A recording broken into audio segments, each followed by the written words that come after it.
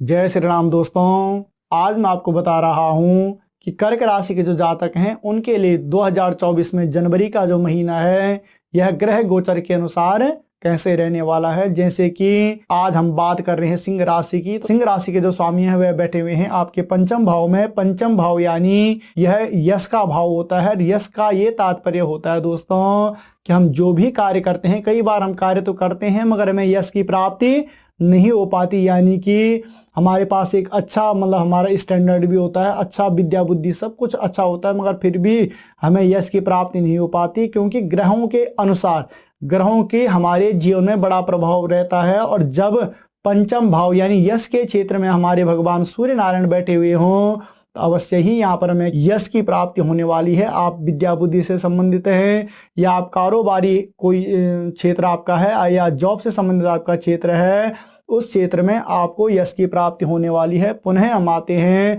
सूर्य नारायण का क्या है, राशि परिवर्तन हो रहा है 13 जनवरी के बाद, यानी 14 जनवरी को ये आपके छठे भाव में आ जाएंगे। छठा भाव यानी रिपु भाव में आएंगे। रिपु भाव का ये तात्पर्य है कि जब भगवान सूर्य नारायण रिपु भाव में बैठेंगे तो यहाँ पर यह शत्रु का भी है और चिंता का भी है। तो शत्रु चिंता का ये तात्पर्य है कि छठे घर में क्रूर ग्रह के बैठने का ये तात्पर्य होता है कि कई बार हम कोई कार्य करते हैं तो हमारे कार्यों में क्या होता है, हमारे बनते बनते कार्य भी कोई अप्रत्यक्ष रूप से कोई अगर हमारा शत्रु होता है, विरोधी होता है, तो हमारे कार्य को क्या कर देता है, कुछ विघ्न बाधाएं उसमें उत्पन्न कर लेता है। मगर जब छठे घर में कोई क्रूर ग्रह जब बैठते हैं तो क्रूर ग्रह बैठने का ये तात्पर्य है कि वह किसी भी रूप में हमें कोई क्षति नहीं पहुंचा सकता, यानी कि शत्रु भाव भी आपका यहाँ पर क्या है, क्लियर दिखाई दे रहा है। साथ ही साथ चिंता भी आपकी किसी प्रकार से नहीं बढ़ने वाली। और दोस्तों, अगर आपके जीवन में कोई मुकदमा इत्यादि चल रहा है तो उसके लिए भी यह क्षेत्र,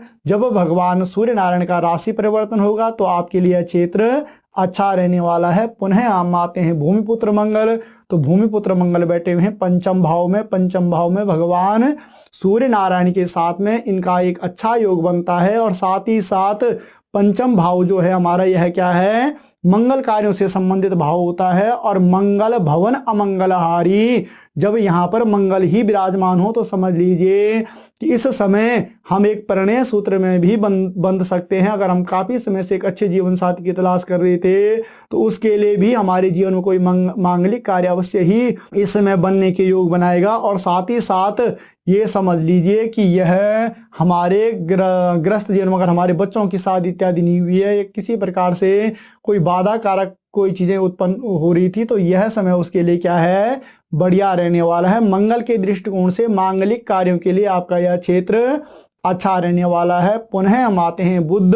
तो बुध भी बैठे हुए हैं आपके पंचम भाव में। पंचम भाव में बुध का बैठने का ये तात्पर्य है कि यह विद्यार्थियों के लिए और विद्या बुद्धि के क्षेत्र से बहुत ही अच्छा रहने वाला है। यानी कि आप अगर शिक्षा से संबंधित क्षेत्र में आप हैं तो यह समय आपके लिए अनुकूल रहने वाला है, आपके अनुसार यह समय चलने वाला है। यानी कि आपको विद्या बुद्धि और यश, क्योंकि यश इसलिए कह रहा हूं दोस्तों कि भगवान सूर्य नारायण के साथ में बुध की क्या बनती है, एक अच्छी युक्ति बनती है, बुधादित्य योग बनता है। और बुधादित्य योग बनने का ये तात्पर्य है कि भगवान सूर्य नारायण के साथ में जब बुध की युक्ति बनेगी तो यश में भी अवश्य ही आपको यह क्या करेगा, अच्छा फल यहाँ पर फलित करने वाला होगा। उसके बाद पुनः हम आते हैं देवगुरु बृहस्पति।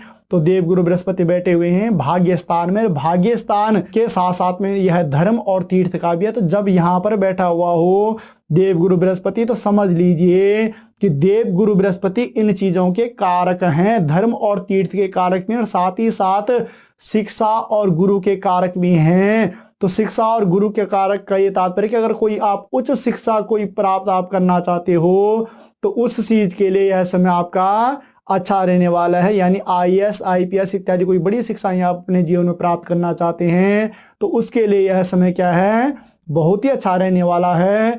और धर्म और तीर्थ में भी आपकी अच्छी खासी रुचि बनने वाली है। पुनः हम आते हैं शुक्र में। तो शुक्र बैठे हुए हैं चतुर्थ भाव में यानी मातृभाव में। मातृभाव के साथ साथ में यह भाव क्या है, भूमि भवन और सुख का भाव भी है। सुख के भाव में शुक्र का बैठने का तात्पर्य ये है सोने में सुहागा। जब यहाँ पर शुक्र बैठे हुए हों स्वयं, तो इन चीजों में यह वृद्धि करने वाले हैं। माता के स्वास्थ्य से संबंधित भी अगर कोई दिक्कतें आपके जीवन में आ रही थी, तो वह भी इस समय क्या है, उनमें भी इस समय जो आप प्रयास करेंगे, जो भी आपका मतलब किसी तरीके से मतलब आप डॉक्टरी इलाज इत्यादि कुछ करवा रहे हैं या कोई डॉक्टरी परामर्श इत्यादि आप ले रहे हैं, तो उन चीजों में भी आपका प्रयास यहाँ पर क्या है, सार्थक रहने वाला है। वाहन सुख इत्यादि आपको यहाँ पर प्राप्त होने वाला है। उसके बाद पुनः दोस्तों शुक्र का क्या है, राशि परिवर्तन हो रहा है। यह आ रहे हैं पंचम भाव में 17 जनवरी के बाद, और पंचम भाव में जब 17 जनवरी के बाद यह आएंगे, तो समझ लीजिए कि यह हर एक कार्य जो सूर्य के द्वारा,